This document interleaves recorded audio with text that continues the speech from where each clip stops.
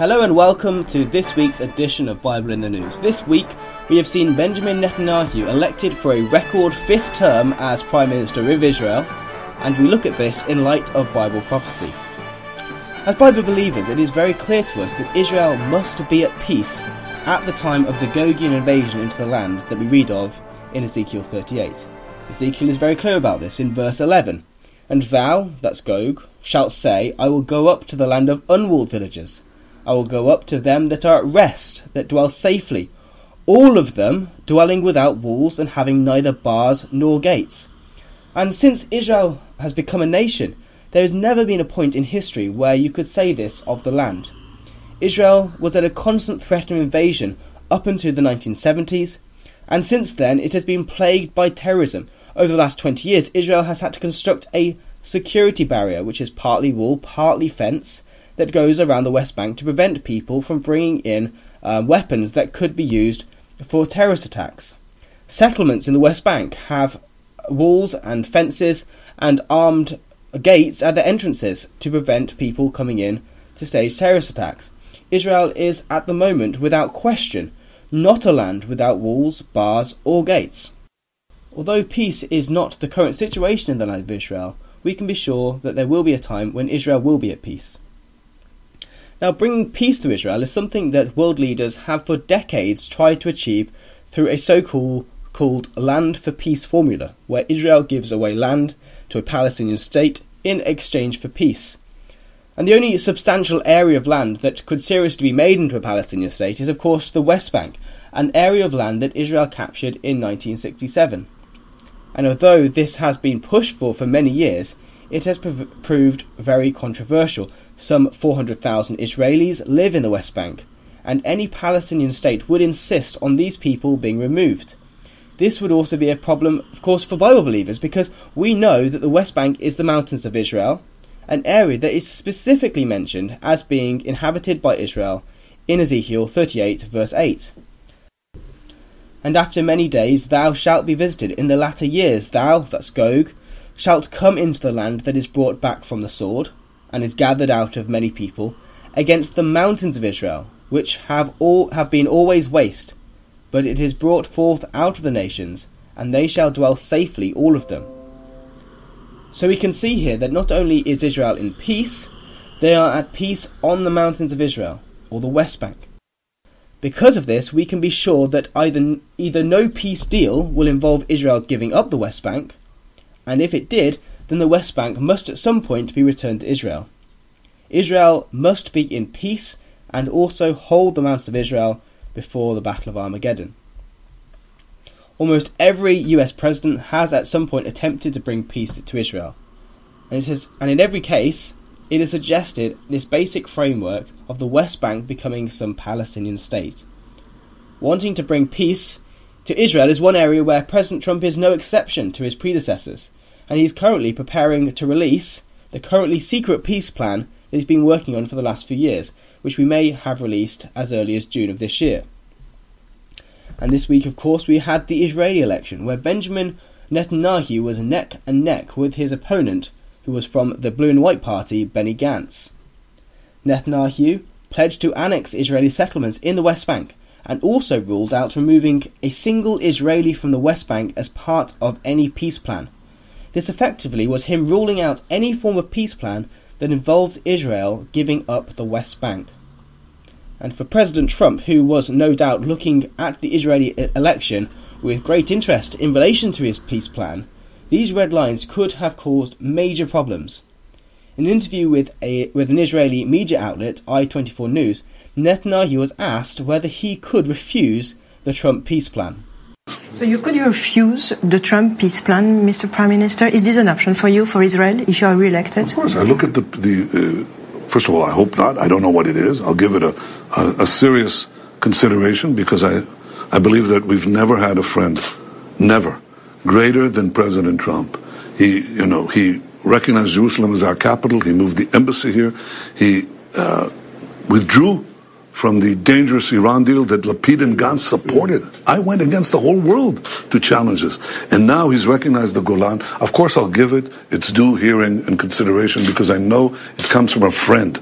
But I also stated my principles. I will not tear out. I will not remove a single settlement, a single Israeli, and I will not relinquish our actual control of the territory west of the Jordan, because we're not going to replicate another Hamastan in Judea, Samaria, which is 20 times the size of Gaza and touches Tel Aviv and Jerusalem and Haifa and Beersheba. And we'll keep Jerusalem united. These three principles, I said to them very, very clearly. They heard it. He was also asked about his policy of annexing the Jewish areas of the West Bank. To it. You have made some blockbuster comments recently.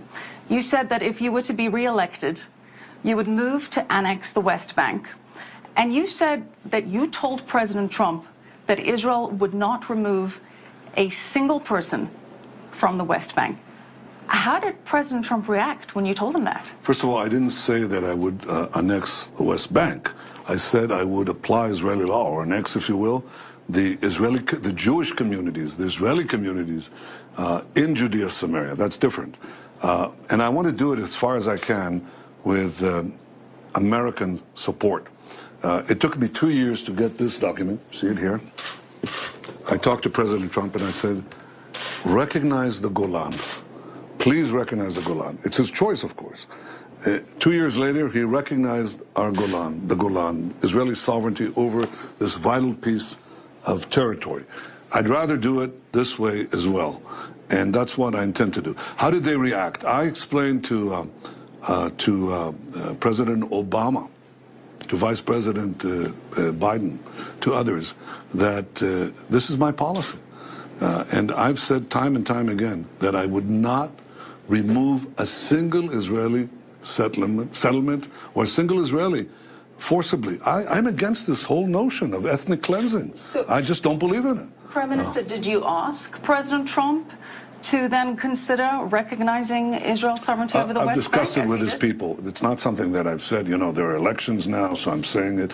It's a three-stage process. The first was I had to block for 8 years immense pressures. First of all, not one brick, they said. Don't build one brick. Well, it was hard, but we built. The second phase was under President Trump to get a much larger compensation and an increase in the construction that we're doing in Judea, Samaria, and we did. We now have 18,000 building starts. Unbelievable. The third stage is to make sure that these Israeli citizens are not forsaken. People say, oh, we'll recognize the blocks. But Lapid and Gantz are saying, okay, and we'll take out 90,000. The others who are outside the blocks. No, we're not taking anyone out. We're going to recognize, I'm going to extend Israeli sovereignty there. And yes, I told it to President Trump's people. They heard it. What they'll do with it is something else. But I think that I think people respect, even my opponents, they respect the position of principle and strength. Right. And and I think that I've been able to achieve, as in the Golan, as in my contacts with the Arab world. You see the map behind me? That map has the entire Arab world. I won't tell you that I've met with all the leaders of the Arab countries, but I've met with quite a few. And they respect the position that I put forward. They understand not only our attachments to our land, but also our willingness to defend ourselves. And by so doing, we also defend them. They understand we face the same enemies. Iran, Daesh, militant Islam. Believe me, they understand it. So I come from a position of strength. I don't believe... What's the left's idea? What is Lapid and Gantz? You know, I'm trying to persuade people to vote for me. Well, the French-speaking audience certainly understands that. What has the left been saying all these years? First, we'll make concessions, dangerous concessions to the Palestinians. Then we'll get the Arab world, and then we'll get the rest of the world. I've done exactly the opposite. I built up Israel's economy, a free economy. I built up Israel's security, powerful army, powerful Mossad, powerful Shin Bet, made Israel into a cyber power. And then with the two of these two things, got the rest of the world to come to Israel. They're all coming here. And 1 week I was with Trump, received the Golan. I was with Putin, brought back the remains and the artifacts of Zechariah Baumel, Zichrono Livracha. And in the middle, Bolsonaro from Brazil was here with 250 million people and embraced Israel, touched the kotel. It's a big difference. All the world is coming here. So my position is the opposite. I go to the world from a position of strength. From the world, I go to the Arabs from a position of strength. And if we have peace, it'll be from there to the Palestinians from a position of strength, not weakness. We haven't seen Trump's peace plan yet. But if it was the case that Trump is planning to require Israel to give up these areas, you can imagine him looking on in horror as Netanyahu put down these red lines, and you might even expect him to endorse his opponent, who was a lot less hard line on these issues. But instead, he continued to support Netanyahu, and when he won the election, he made this comment. I'd like to congratulate Bibi Netanyahu. It looks like that race has been won by him. It may be a little early, but I'm hearing he's won it and won it in good fashion. So he's been a great ally and he's a friend. I'd like to congratulate him. That was a well thought out race, I can tell you. But it looks like Bibi has won that race. Go ahead, Steve. Say it. So the fact that Bibi won, I think we'll see some pretty good action in terms of peace. Look, everyone said, and I never made it a promise, but everybody said you can't have peace in the Middle East with Israel and the Palestinians. I think we have a chance, and I think we have now a better chance with Bibi having won. Yes. So of course we don't know what Trump's peace plan will be, or whether it will be any more successful than those of his predecessors. But this week in the news, we have seen Israel harden against giving up these areas, the areas that Bible prophecy require them to hold. If Trump proposes Israel gives up these areas, Netanyahu has already vowed to refuse. But as Trump has said that he sees Netanyahu's re-election as forwarding peace, perhaps we will see Trump suggest a peace plan that allows Israel to hold on to these settlements. And we may come to a situation where Israel is at peace and also upon the mountain of Israel, which we saw from Ezekiel 38 will be the situation before Armageddon. Join us again next week for another edition of Bible in the News.